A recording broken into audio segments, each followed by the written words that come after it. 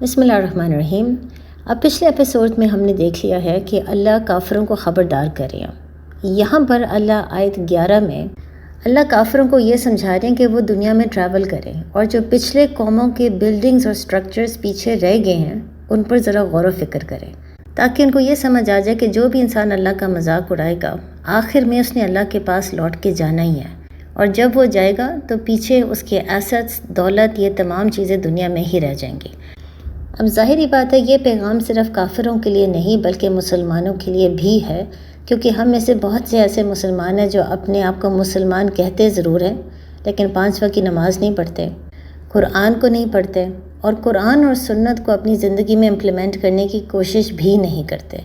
بلکہ بہت سے ایسے مسلمان ہیں جو نبی محمد صلی اللہ علیہ وآلہ وسلم سے زیادہ سیلیبریٹی سے انسپائر ہوتے ہیں، ان کو کاپی کرنے کی کوشش کرتے ہیں، کیونکہ ظاہر ہے فیم، دولت، پاور، فالوور، سٹیٹس، یہ تمام وہ دنیاوی چیزیں ہیں جن سے ہمیں عشق ہے، لہٰذا جن کے پاس یہ چیزیں ہوتی ہیں ہم ان کو فالو کرنے کی کوشش کرتے ہیں۔ لہٰذا یہ پیغام ہمارے لیے بھی ہے کہ اگر ہم دولت، پاور، سٹیٹس، ان چیزوں سے ہم بہت زیادہ انسپائر ہوتے ہیں تو پچھلے قوموں کے پاس بھی بہت زیادہ دولت، پاور، سٹیٹس، فیم تھا، لیکن آخر میں کیونکہ انہوں نے اللہ کی آیتوں کو جھٹلایا تو اللہ کا عذاب سے وہ بچ نہیں سکے۔ اسی طرح ہم دنیا میں بھی دیکھ سکتے ہیں کہ بہت سے سیلیبریٹیز ہیں جو فوت ہو جاتے ہیں اور فوت ہونے کے بعد ان کے تمام ایسٹس، گھر، گاڑی، دولت، سٹیٹس، یہ تمام چیزیں پیچھے رہ جاتی ہیں، بلکہ ان کے تمام ایسٹس کے اوپر پھر ان کی اولاد اور ان کے خاندان کے جھگڑے ہوتے ہیں، لیکن یہ تمام ایسٹس ان کے ساتھ قبر میں نہیں جاتے اور نہ ہی یہ چیزیں ان کو آخرت میں کسی قسم کا فائدہ دے سکتی ہیں۔ لہٰذا ان آیتوں میں اللہ ہم سب کو یہی بات سمجھا رہے ہیں کہ بار بار دنیا کو دیکھیں، لوگوں کو دیکھیں اور غور و فکر کریں، تاکہ ہمیں آخرکار یہ بات سمجھ آ جائے کہ تمام چیزیں جو آسمان اور دنیا میں ہیں ان تمام چیزوں کی ملکیت صرف اللہ کے پاس ہے، انسان کا بس کسی چیز پہ نہیں ہے۔ انسان بلکہ اتنا کمزور ہے کہ وہ اپنی ایسٹس، اپنے دولت اپنے ساتھ قبر میں نہیں لے کے جا سکتا، اپنی موت کا جو ٹائم اللہ نے مقرر کیا ہے اس کو آگے یا پیچھے نہیں کر سکتا، اپنی دولت، اپنی فیم، اپنے فالوورز، ان کو کنٹرول نہیں کر سکتا۔ آج اگر یہ تمام چیزیں کسی انسان کے پاس ہیں تو ہو سکتا ہے کل اس کے پاس نہ ہو، لہٰذا انسان صرف اپنے فیصلوں کے اوپر کنٹرول رکھ سکتا ہے۔ وہ یہ ضرور سوچ سکتا ہے کہ آج میں نے نیک کام کرنا ہے، اچھا کام کرنا ہے یا برا، لیکن آؤٹ کم اس کے بس میں نہیں ہے، اس کے بعد اس کے ساتھ کیا ہوگا وہ اس کے بس میں نہیں، کیونکہ تمام چیزوں کی اونرشپ، قوت اور طاقت صرف اللہ کے پاس ہے۔ اب جب ایک انسان کو یہ ریئلائزیشن ہو جائے تو پھر ظاہر ہے وہ واپس اپنے رب کی طرف بھاگ کے جاتا ہے۔ اس کو تب یہ بات سمجھ آ جاتی ہے کہ اللہ کے سامنے تو وہ پاور لیس ہے، اس کے پاس کچھ بھی نہیں ہے، اس کے پاس کسی قسم کا کنٹرول نہیں ہے، اور اس کو یہ بھی سمجھ آ جاتی ہے کہ جس دنیا کے پیچھے وہ بھاگ رہا تھا وہ دنیا کتنی انسگنیفیکنٹ ہے اللہ کے سامنے۔ لیکن ظاہر ہے جس انسان نے اپنے رب کو کئی سالوں کے لیے اگنور کیا ہو، جب وہ واپس اللہ کی طرف مڑ کے جاتا ہے تو وہ بہت زیادہ شرمندہ اور خوف زدہ ہوتا ہے۔ شرمندہ اس لیے کیونکہ اس کو اپنے تمام گناہ یاد ہوتے ہیں، اور خوف زدہ اس لیے ہوتا ہے کہ کیا جب میں اللہ سے معافی مانگوں گا تو کیا اللہ مجھے معاف کر دے گا، کیا اللہ مجھے ایکسیپٹ کرے گا، جبکہ میں نے اتنے سال اللہ کو اگنور کیا۔ لہٰذا اللہ پھر اگلی ہی آیت میں اپنے غلام کو ری ایشورنس دیتے ہیں کہ جب اس کو یہ ریئلائزیشن ہو جائے اور وہ واپس اپنے رب کی طرف بھاگ کے جانا چاہے تو اس کو یہ یقین ہو کہ اللہ اسے معاف کر دے گا،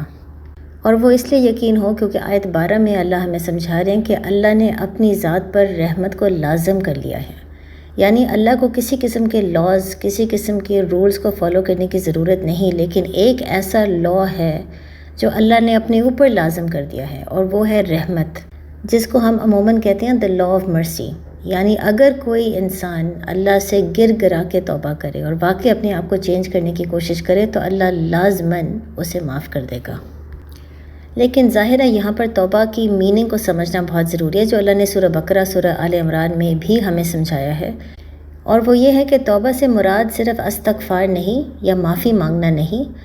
بلکہ معافی کے ساتھ ساتھ انسان کے لیے ضروری ہے کہ وہ اپنی زندگی میں کوئی تبدیلی لائے۔ جو ٹریگرز ہیں جو اس کو گناہ کی طرف لے کر جاتے ہیں ان ٹریگر سے اپنے آپ کو دور رکھیں، اپنے گولز کو چینج کرے۔ اگر پہلے اس کے گولز ہمیشہ دنیا ریلیٹڈ گولز تھے، اب اپنے گولز کو چینج کرے تاکہ وہ صرف اللہ کی رضامندی کے لیے اسٹرگل کرے۔ اب ظاہر ہے جو بھی مسلمان توبہ کرتا ہے اور دل سے توبہ کرتا ہے، اپنے آپ کو ایک اچھا انسان بنانے کی کوشش کرتا ہے، وہ بعد میں غلطیاں پھر بھی کرے گا، بعد میں اس سے گناہ پھر بھی ہوں گے، لیکن جب تک وہ گناہ جان بوجھ کے نہیں ہوئے، غلطی سے ہوئے ہیں، اس کو یقین ہونا چاہیے کہ اللہ اسے ضرور معاف کرے گا۔ لہٰذا یہاں پر یہ سمجھنا بہت ضروری ہے کہ توبہ سے یہ مراد نہیں کہ انسان اس کے بعد غلطی کبھی بھی نہیں کر سکتا یا کسی قسم کا گناہ نہیں کر سکتا۔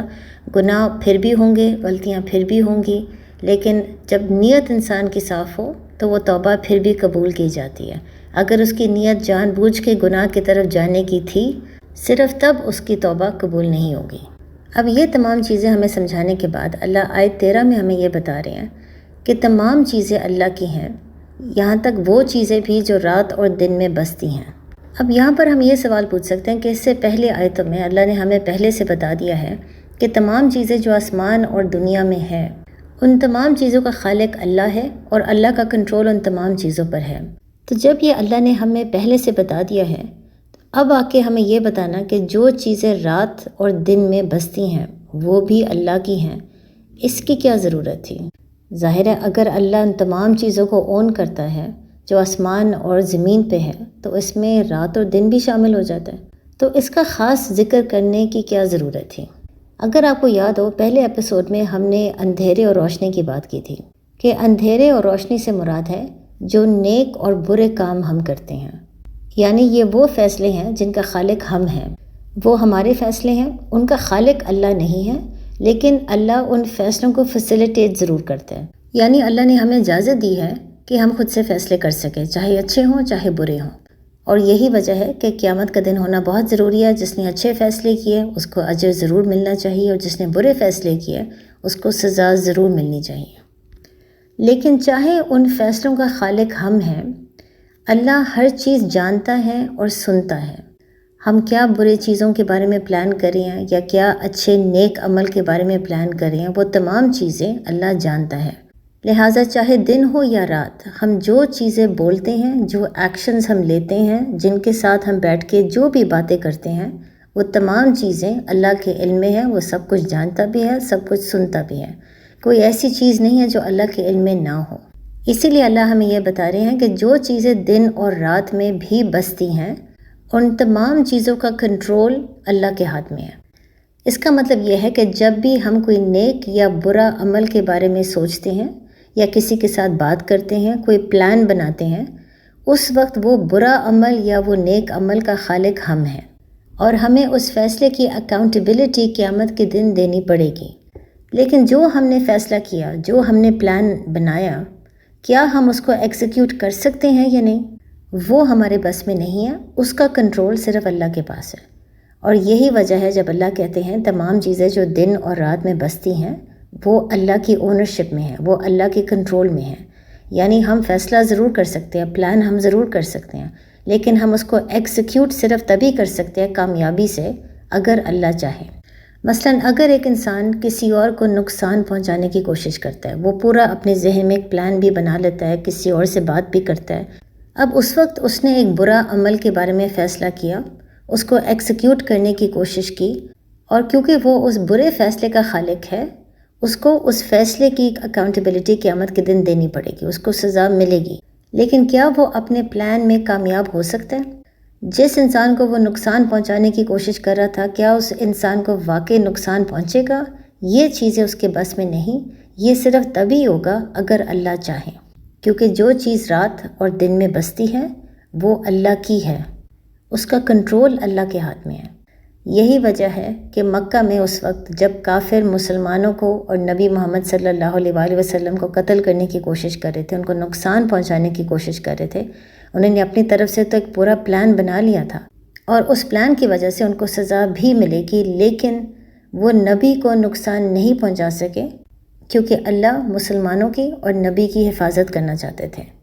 لہٰذا ہم انسان ہونے کے ناطے پلان ضرور کر سکتے ہیں، چاہے اچھا پلان کریں چاہے برا پلان کریں، اور اس کی اکاؤنٹیبلٹی ہمیں قیامت کے دن دینی پڑے گی۔ لیکن ہمارا پلان کامیاب ہوگا یا نہیں، اس کو ہم سکسیسفلی امپلیمنٹ کر سکتے ہیں یا نہیں، وہ صرف تبھی ہوگا اگر اللہ چاہیں۔ یہی وجہ ہے کہ اس کے بعد اگلی آیت میں اللہ ہم سے یہ پوچھ رہے ہیں کہ جب ہم یہ جانتے ہیں کہ تمام چیزوں کا کنٹرول صرف اللہ کے پاس ہے، تمام قوت، طاقت، اونرشپ، ملکیت سب اللہ کے پاس ہے، تو ہم اللہ کو چھوڑ کر کسی اور کی عبادت کیوں کریں گے؟ ہم اللہ کو چھوڑ کر کسی اور سے حفاظت کیوں مانگیں گے؟ اگر تمام قوت اور طاقت اللہ کے پاس ہے تو کیا ہمیں اللہ کے آگے جھکنا نہیں چاہیے بجائے اس کے کہ ہم اللہ کو چیلنج کرنے کی کوشش کریں؟ جب صرف اللہ ہی ہمیں دوسروں کے ایول پلان سے بچا سکتا ہے تو کیا ہمیں اللہ کی عبادت نہیں کرنی چاہیے اور اللہ سے دعا حفاظت کی نہیں مانگنی چاہیے بجائے اس کے کہ ہم بتوں سے دعا مانگیں یا انسانوں کے پاس جائیں؟ یہاں پر بلکہ یہ چیز ضرور یاد رکھیں کہ جب ہم بتوں کی پوجا کے بارے میں بات کرتے ہیں تو بت سے مراد صرف وہ پتھر والے بت نہیں ہیں جن کی عبادت قریش کرتے تھے 1400 سال پہلے یا آج کل کے زمانے میں ہندوز بھی کرتے ہیں۔ بت سے یہ بھی مراد ہے جو سوسائٹی، دنیا یا انسان کے پیچھے ہم بھاگتے ہیں، جن کو ہم خدا بنا لیتے ہیں، جن کو ہم ہمیشہ خوش رکھنے کی کوشش کرتے ہیں، وہ بھی ہمارے بت بن جاتے ہیں۔ لہٰذا کسی انسان کے پیچھے اس حد تک بھاگنا کہ آپ اس کی عبادت ہی کرنا شروع کر دو، کیا اس کا فائدہ ہے جب وہ انسان خود اللہ پہ ڈیپینڈنٹ ہے؟ جب اس انسان کے پاس یہ بھی علم نہ ہو کہ آپ کتنا اسٹرگل کر رہے ہیں دن رات، کہ آپ اس کو کتنا پلیز کرنے کی کوشش کر رہے ہیں۔ جو انسان آپ کے جذبات کو نہیں محسوس کر سکتا، اس کے پاس علم ہی نہیں ہے کہ آپ کے دل میں کیا چل رہا ہے یا آپ کیا سوچ رہے ہیں، اس انسان کی عبادت کیوں کرنا؟ اس سے بہتر یہ نہیں کہ آپ اللہ کی عبادت کرو جو ہر چیز کو سنتا ہے اور ہر چیز جانتا ہے۔ لہٰذا ان آیتوں میں اللہ ہم سب کو یہی بات سمجھا رہے ہیں کہ ہم غور و فکر کریں۔ اس سے پہلے ہم کس کے پیچھے بھاگ رہے تھے؟ ہم کس کو راضی کرنے کی کوشش کر رہے تھے؟ ہم کون سے راستے پر چل رہے تھے؟ کیا ہم اللہ کے پیچھے بھاگ رہے تھے یا کسی اور انسان کے پیچھے؟ کیا ہم واقعی اسلام کے راستے پر ہی چل رہے تھے یا کسی اور راستے پر چل رہے تھے؟ لہٰذا اللہ ہمیں یاد کروا رہے ہیں کہ جس انسان نے غلط فیصلے کیے اور اللہ سے توبہ نہیں کیا، وہ قیامت کے دن بچ نہیں سکتا، اس کو لازماً سزا ملے گی۔ اور جو انسان قیامت کے دن بچ گیا وہ صرف اسی لیے بچے گا کیونکہ اس کو اللہ کی رحمت مل جائے گی۔ یعنی کوئی بھی انسان اس قابل نہیں کہ وہ خالی اپنے عمل کے بنیاد پر جنت میں چلا جائے۔ جب تک اللہ کی رحمت ساتھ نہیں ہوگی کوئی بھی انسان جنت میں نہیں جا سکتا، کیونکہ کوئی بھی انسان پرفیکٹ نہیں۔ ہر انسان اپنی زندگی میں بہت دفعہ گناہ کرے گا، توبہ کرنے کے باوجود وہ بار بار اسلام کے راستے سے ہٹے گا، کیونکہ ظاہر انسان ہونے کے ناطے ہمیں دنیا سے محبت ہے، دنیا ہمیں بہت زیادہ اٹریکٹ کرتی ہے، تو ہم بار بار اللہ کے راستے کو چھوڑ کے دنیا کے راستے پر چلیں گے اور بار بار ہم توبہ کر کے واپس اسلام کے راستے پہ آنے کی کوشش بھی کریں گے۔ لہٰذا ان آیتوں میں اللہ ہمیں یہ بھی بات سمجھا رہے ہیں کہ پرفیکشنزم کی طرف جانے کی کوشش نہ کریں، کیونکہ کوئی بھی انسان پرفیکٹ نہیں ہے۔ ہر انسان بار بار غلطیاں کرے گا اور اللہ اس انسان کو بار بار معاف کرنے کے لیے بھی تیار ہوگا اگر وہ ہمیشہ توبہ کرے اور اپنے آپ کو بہتر انسان بنانے کی کوشش کرے۔ اسی لیے اللہ ہمیں یہاں پر یہ بات سمجھا رہے ہیں کہ ہر انسان اپنی ایکسپیکٹیشنز کو ضرور ریئلسٹک رکھیں۔ اللہ کی عبادت کرنا بہت ضروری ہے، اللہ کے پیچھے بھاگنا بھی بہت ضروری ہے، لیکن یہ ریئلسٹک ایکسپیکٹیشن رکھیں کہ آپ انسان ہونے کے ناطے بار بار غلطیاں کریں گے۔ آپ ایک پرفیکٹ مسلمان کبھی بھی نہیں ہو سکتے اور نہ ہی اللہ آپ سے پرفیکشنزم مانگ رہا ہے۔ اللہ صرف آپ کی اسٹرگل دیکھنا چاہتا ہے کہ کیا آپ کو جیسے احساس ہو کہ آپ اسلام کے راستے سے ہٹ گئے ہیں، آپ توبہ کر کے اسٹرگل کر کے واپس آنے کی کوشش کریں گے یا نہیں۔ اسٹرگل کے علاوہ، جہاد کے علاوہ اللہ آپ سے اور کچھ نہیں مانگتا۔ لیکن اس کے علاوہ ہم ایک اور سوال پوچھ سکتے ہیں کہ جو ہم نیک یا برے عمل کریں گے، کیا اس کے نتائج صرف قیامت کے دن ہوں گے یا کیا ہمیں اس دنیا میں بھی کچھ دیکھنا پڑے گا؟ اس کا جواب آپ کو آیت 17 میں ملتا ہے، جہاں پر اللہ ہمیں یہ سمجھا رہے ہیں کہ اگر اللہ آپ کو کوئی نقصان دینا چاہے، آپ کو کوئی تکلیف دینا چاہے، تو اللہ کے سوا اور کوئی نہیں جو اس کو دور کر دے۔ اب یہاں پر نقصان سے کیا مراد ہے؟ بہت سے لوگ یہ سمجھتے ہیں کہ نقصان اور تکلیف سے مراد ہے مشکلات، ٹیسٹس، ہارڈشپس، لیکن یہ ایسا نہیں، کیونکہ اگر اللہ ٹیسٹ کے بارے میں بات کر رہے ہوتے تو اللہ یہ نہ کہتے اگر، پھر اللہ لفظ استعمال کرتے جب، یعنی جب اللہ انسان کو تکلیف یا نقصان پہنچانا چاہے تو پھر اللہ کے سوا اور کوئی نہیں ہے جو اس کو دور کر سکے۔ ظاہر ہے ہم سب جانتے ہیں کہ ہم سب کی زندگی میں مشکلات، ٹیسٹ اور ہارڈشپس تو آنے ہیں، تو اگر کا لفظ پہ یہاں پر نہیں آنا چاہیے، جب کا لفظ آنا چاہیے۔ اس کے علاوہ آپ یہ بھی دیکھ سکتے ہیں کہ قرآن میں جب بھی اللہ ٹیسٹ اور ہارڈشپس کے بارے میں بات کرتے ہیں تو کبھی وہ بلا یا فتنہ کا لفظ استعمال کرتے ہیں، لیکن درن کا مطلب ہے نقصان، تکلیف دینا کسی کو۔ لہٰذا اللہ یہاں پر ٹیسٹ اور ہارڈشپس کے بارے میں بات نہیں کر رہے، بلکہ وہ چھوٹے پنشمنٹس ہیں، چھوٹی سزائیں ہیں جو اللہ انسان کو بھیجتے ہیں جس نے غلط کام کے بارے میں سوچا اور کسی اور کو تکلیف دینے کی کوشش کی۔ اسی لیے اگر کا لفظ آیا ہے، یعنی اگر ایک انسان کسی اور کو تکلیف دینے کی کوشش کرتا ہے